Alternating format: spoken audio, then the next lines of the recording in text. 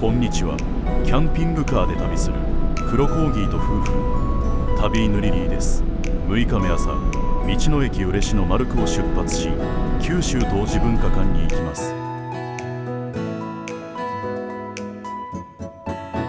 九州各地の陶磁器ほか現代陶芸まで展示、古伊万里や有田焼のコレクションは必見です。入館無料、さすが県立ですね。欧州で有田焼の壺や鉢などを使って作られたシャンデリア、約300年前に欧州に輸出されて里帰りした古伊万里です。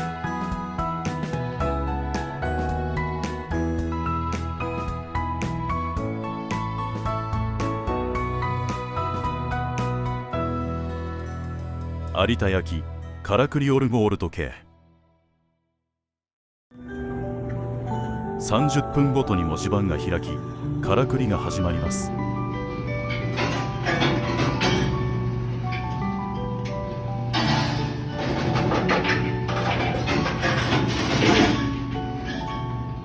オルゴールの曲と人形は季節によって変わります。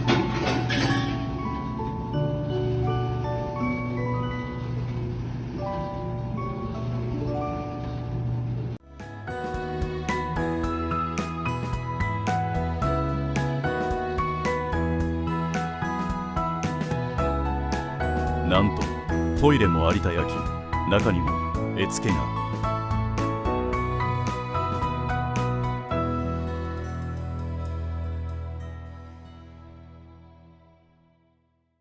檜釜の里、大河内山に来ました。伝統技術が外に漏れないよう山あいが選ばれ、江戸時代は入り口に関所がありました。案内板も焼き物のタイルですね。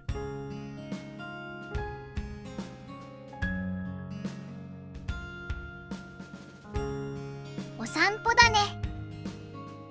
青山釜の煙突、ひときわ目立ちます。ちょっと覗いてみましょう。お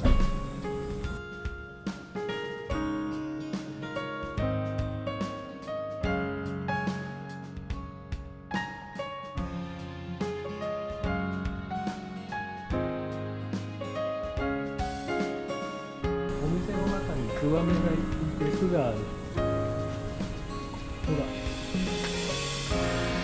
こにツバメの巣があってツバメが飛んでる。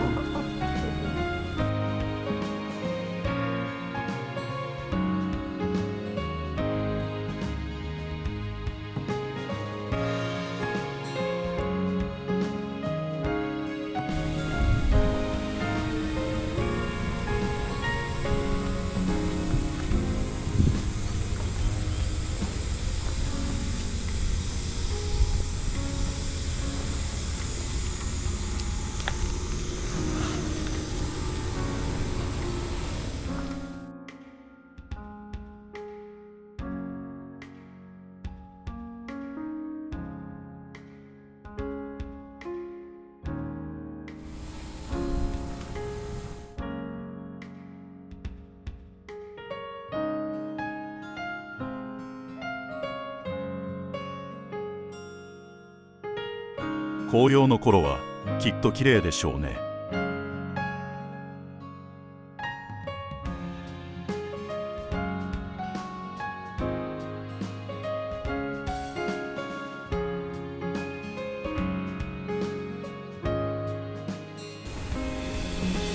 お土産に気に入った多用途コップを買うことができました。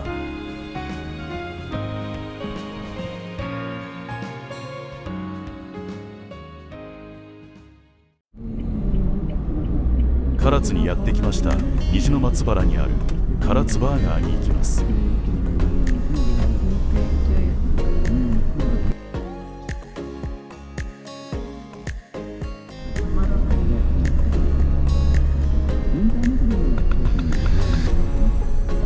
北坊主町という名前が面白い。唐津城の天守閣が見えてきました。唐津城は東西の松原を翼に見立てて舞鶴城とも呼ばれます。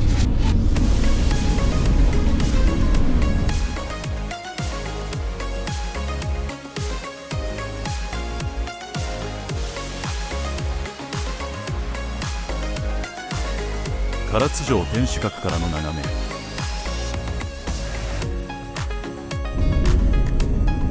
虹の松原に入りました。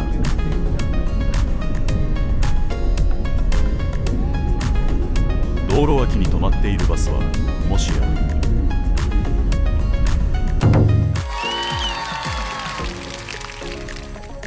駐車場に普通に止まって営業しているんですね。何か不思議な感じ。少し前に昼食を食べたばかりですが、せっかくの機会なので食べてみます。注文して出来上がり待ちです。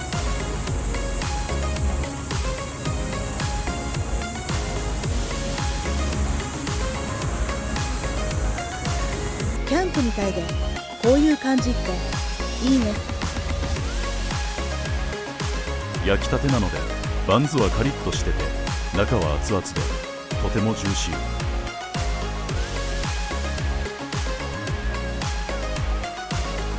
食事したばかりだからとか言い訳をせずに何事も経験するべきですね。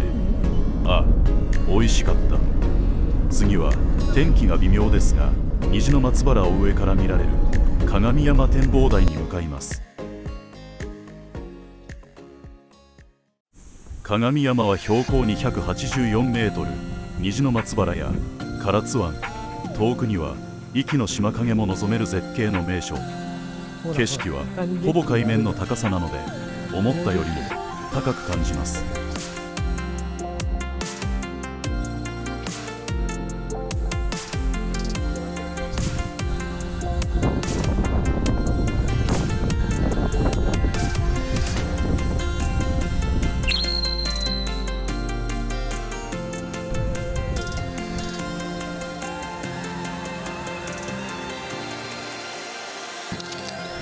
口なしの花きれい。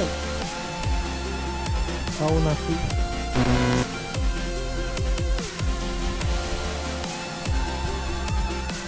さっき上から見ちゃいましたが、デッキを進むのってワクワクしますね。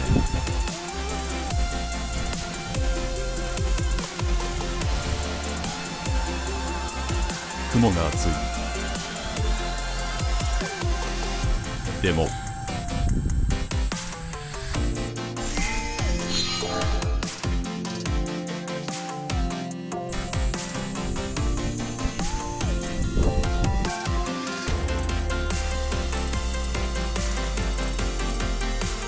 晴れていれば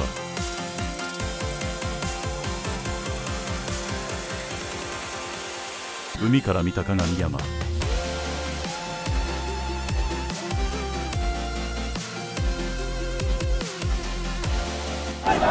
中洲あたりを散策しようと思ってきたら、目の前をおみこしがなんと博多祇園山笠。しかもちょうど柿山川を出す流れが厳し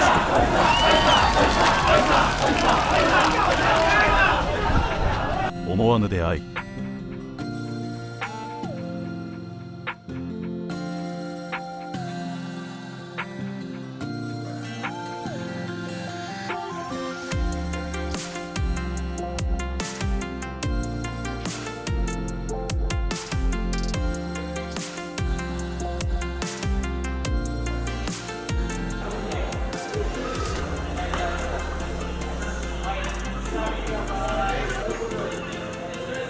上はアーケードの屋根、ギリギリです。ちょっと目のやり場に困りますが、すごい迫力。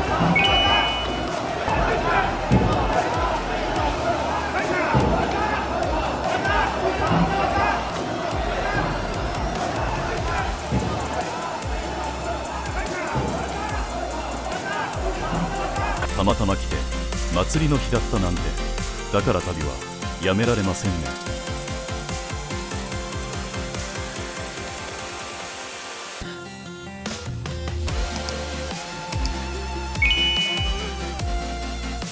夜の屋台もいいですね。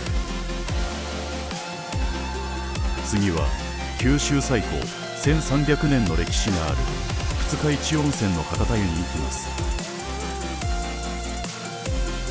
お湯は敷地内の源泉から加水加熱なしでそのまま湯船に引かれた源泉かけ流し。浴室はラドンが充満していて独特の香り、湯量豊富で硫黄臭がある良いお湯でした。道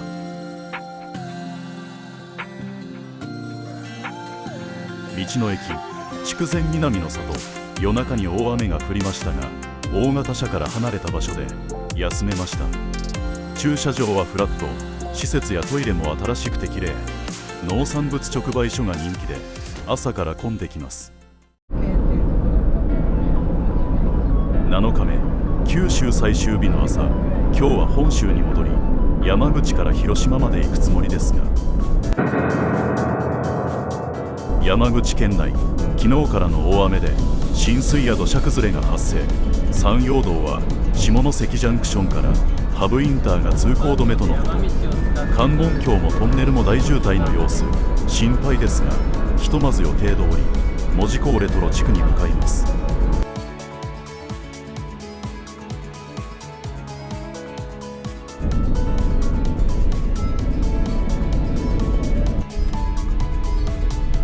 門司港レトロ地区に入りました。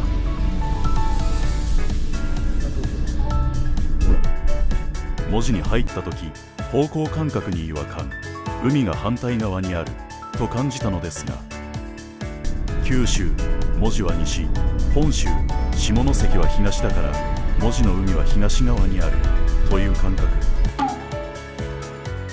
実際の地形は海峡を挟んで入り組んでいて、門司は東側で下関は西側でした。地図を見れば納得ですが不思議な感じがしました。でもこういう知らないところで迷ったり感覚がずれるのって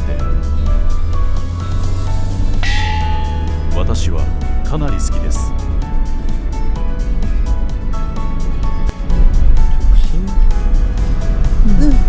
直進って書いてある。Google マップだとこっちっていう。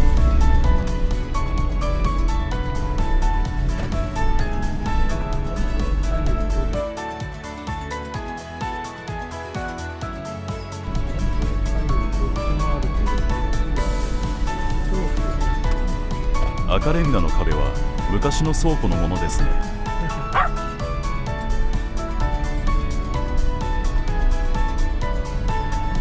リリーお待たせ、到着だよ。じゃあお待たせ。こっちでいいの。お散歩お散歩。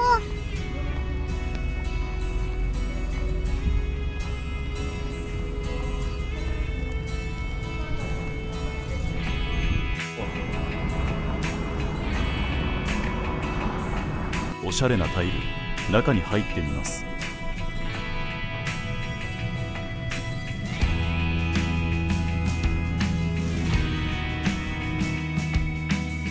この建物はかつて国際航路で交流が多かった大連市との友好都市締結15周年を記念して、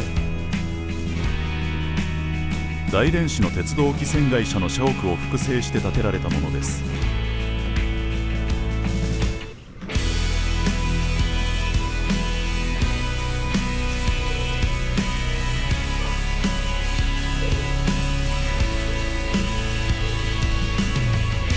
1995年にオープンした当時、2階は図書館だったとのことです。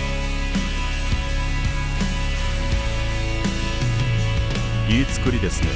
窓際の席でくつろいだら最高に気持ちよさそうです。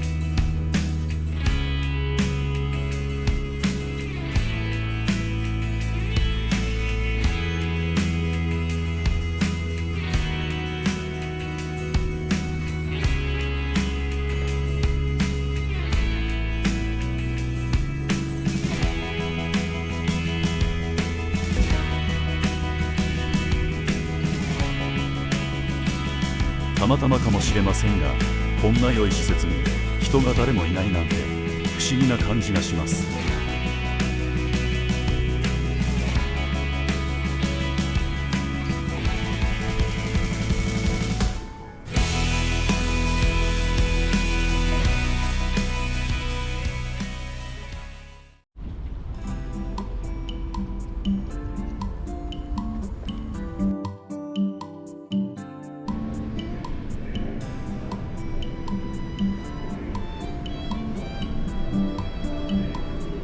旧文字税関にやってきました。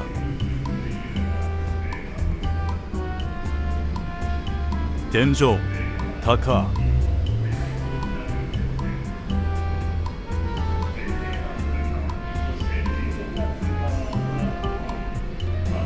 1889年に開港した門司港は石炭の特別輸出港に指定され、日清・日露戦争では兵士や軍需品を送り出す重要港として国内有数の貿易港へと発展。当初は出張所だった門司税関も独立し、明治45年にこの建物が完成しました。展望台もあるようです。登ってみましょう。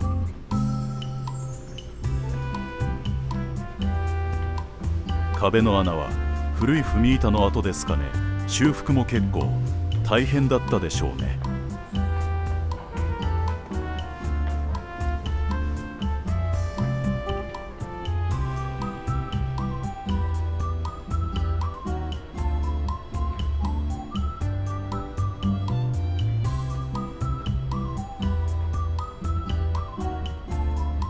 昔はここから港に止まっている船を監視していたそうです。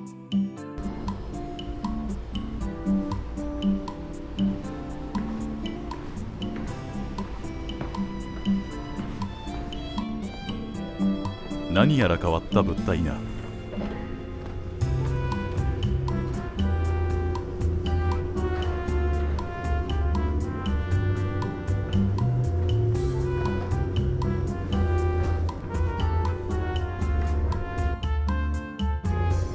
ベンチらしいですが、どう座ればよいやら。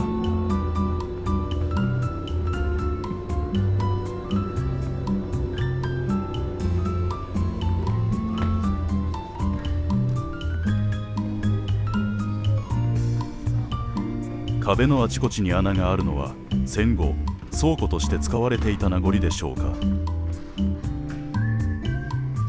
気になる扉がありましたが入れないようです。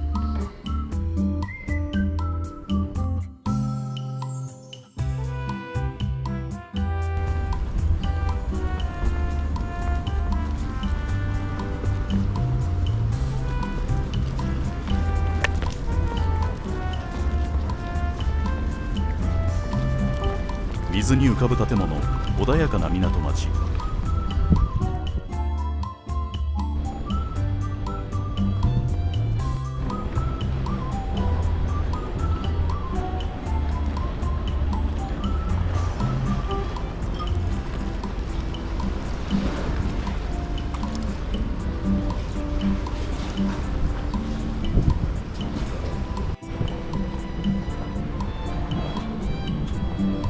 旧税関の展望台からも見えてましたが、この橋は先が吊り橋になっています。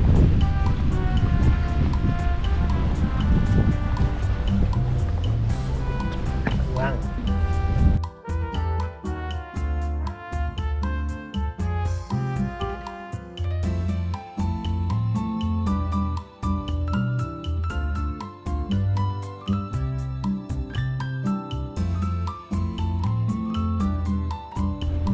JR 門司港駅にやってきました。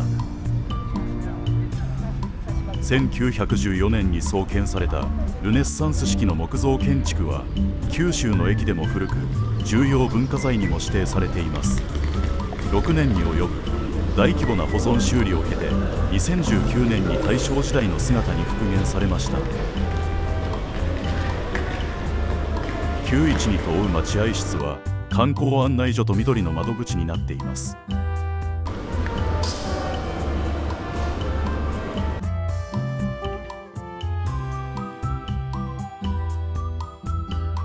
見事なコンコースですね。大正時代にタイムスリップしたようです。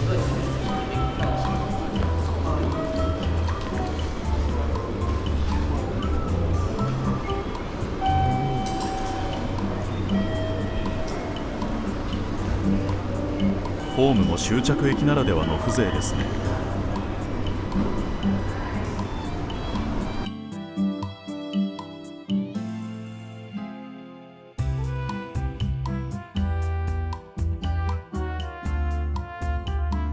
コンコースの右側、旧3等待合室はスターバックスになっています。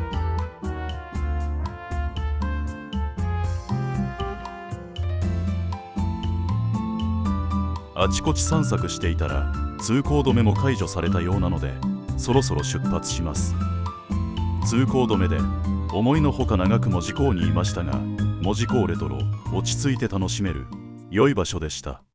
関門橋はまだ渋滞していたので、関門トンネルで本州に戻りました。下関市では観測史上最大の1時間に 85.5 ミリの雨が降り、地下道や家屋の浸水、土砂崩れもあったようです。この後、関門海峡が一望できる木の山公園に行こうとしたのですが、倒木で通行止めでした。代わりに関門トンネル人道に寄ってみます。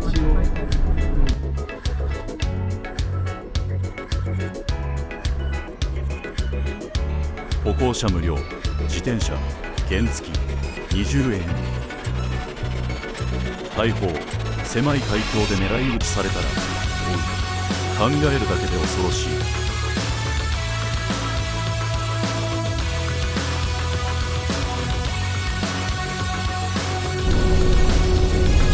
関門橋の車が流れ始めたので、下関インターから中国道に乗りました。でも反対車線は渋滞が続いています。秋吉道は遠回りになるし、天気も悪いのでどうしようかと考えていたのですが、雨が降っても秋吉道は洞窟だから濡れないし、なかなか来れる場所ではないので行ってみることに。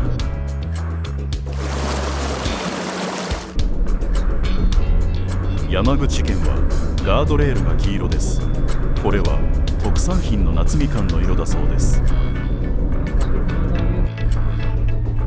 秋吉道の駐車場へ向かう道に何やら看板が。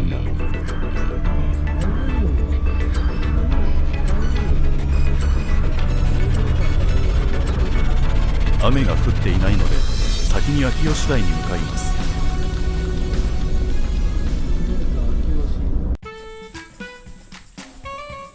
秋吉台展望台に到着。長い移動の後なのでリリーさん張り切ってます。こっちかな。ママ見っけ。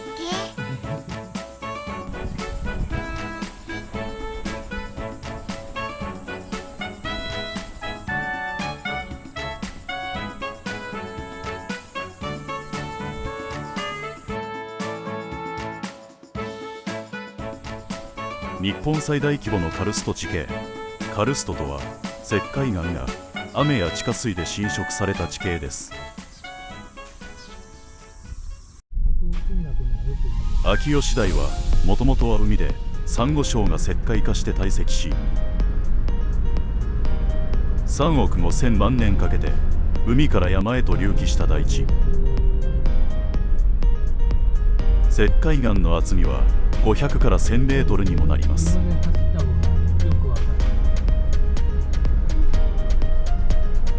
ところどころに突き出た石灰岩がカルスト特有の景観。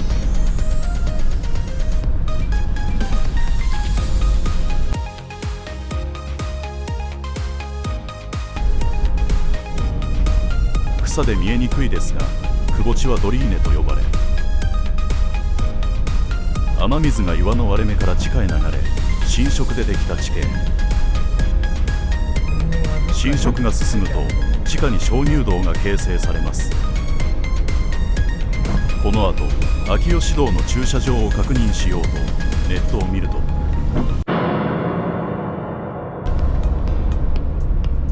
何か大変よからぬことが起きているようなワードが。公式ホームページを見てみると、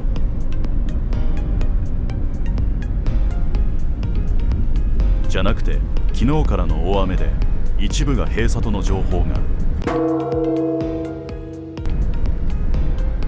確か正面入り口に向かう道に何か書いてあったような。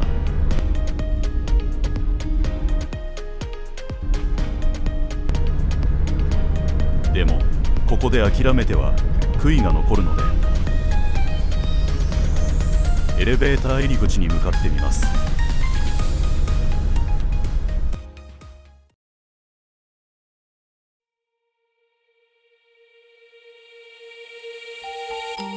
エレベーター入り口から入れました。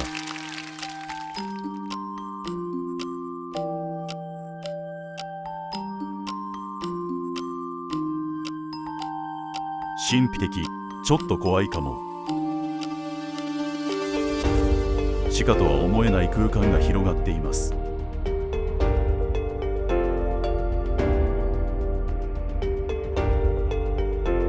すごい水量です。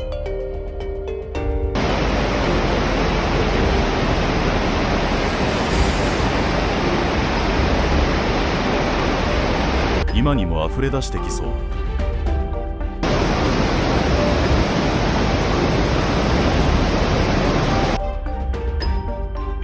水の音が反響して聞こえます。普段はもっと静かなの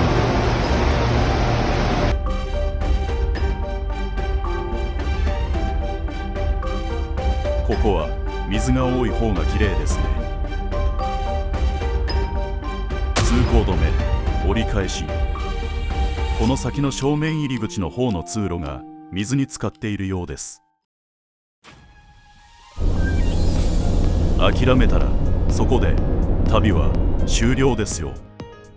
最後まで希望を捨てずに進んだので念願の秋吉堂に行けました。しかもすごい迫力で。次は今回の旅の最終目的地広島に向かいます。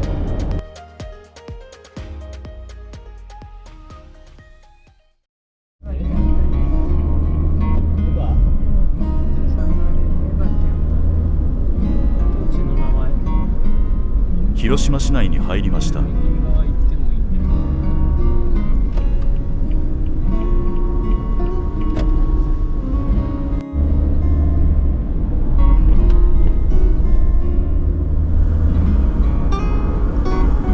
路面電車がある町って風情があって良いですね。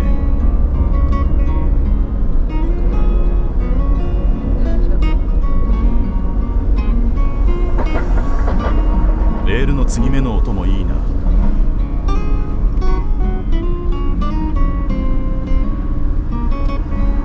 道路の真ん中のホームも良い感じ。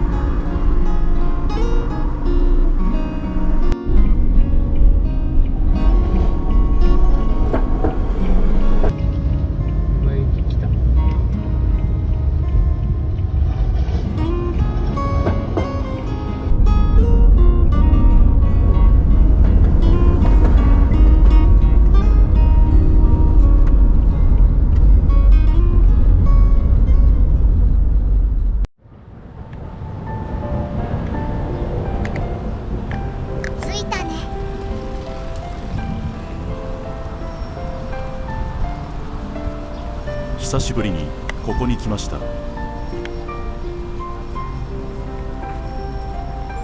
少し前に広島に来た時は立ち寄れず心残りでした。私は旅行会社に勤めていた頃何回か来たことがありますが、妻は来たことがないので連れてきてあげたかったというより、来ないといけない場所。今回は長崎にも行ったのでいつも以上に心が揺さぶられます。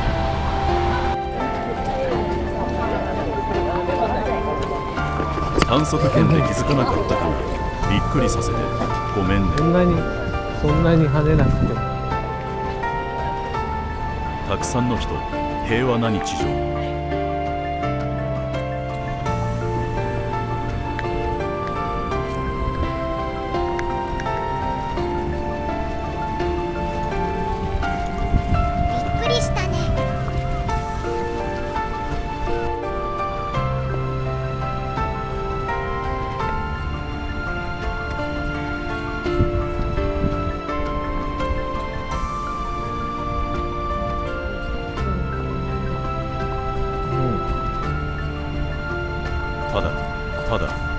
動されます。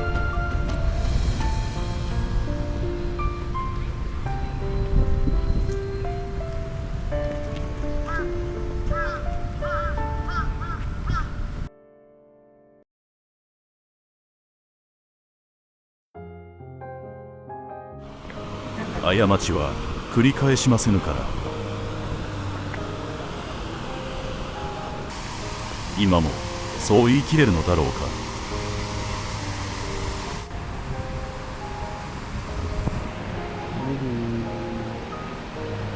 21世紀になっても人間は変われていない。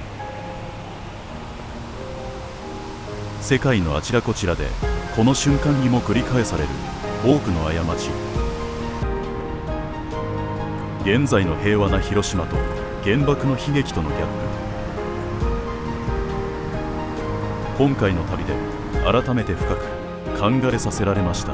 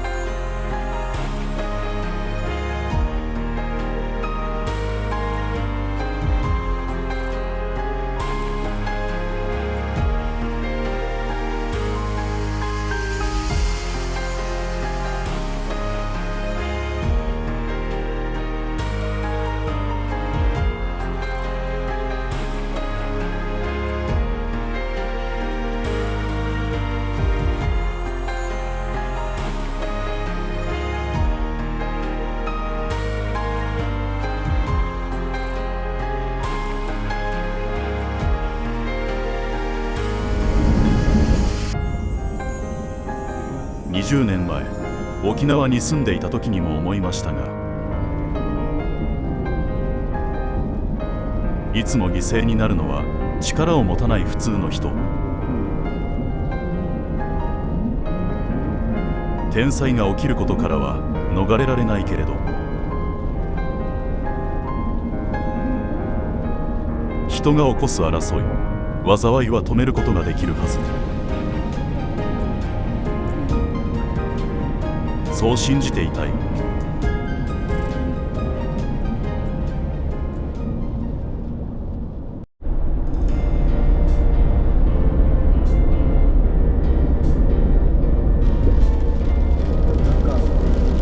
ミキサービスエリアで仮眠し、最終日8日目です。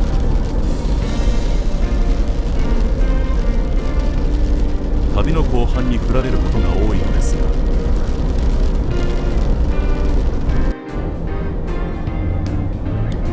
最終日はしっかり本降りの雨です。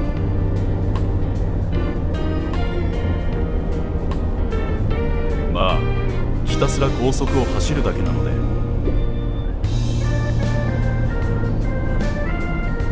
これはこれでラッキーなのかも。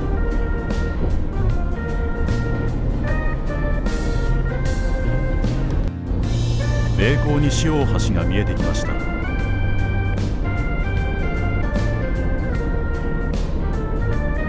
名古屋まで戻ってくるともうひと頑張りという気持ちになります。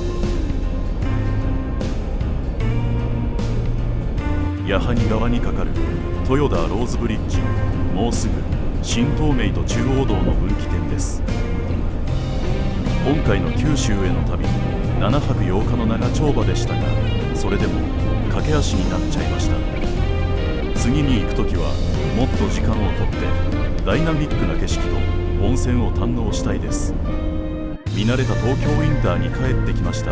今回の旅、総走行距離2700キロでした。これからも旅犬リリーと一緒に旅を楽しんでいただけると嬉しいです。最後までご視聴ありがとうございました。チャンネル登録、高評価お願いします。チャンネル登録お願いします。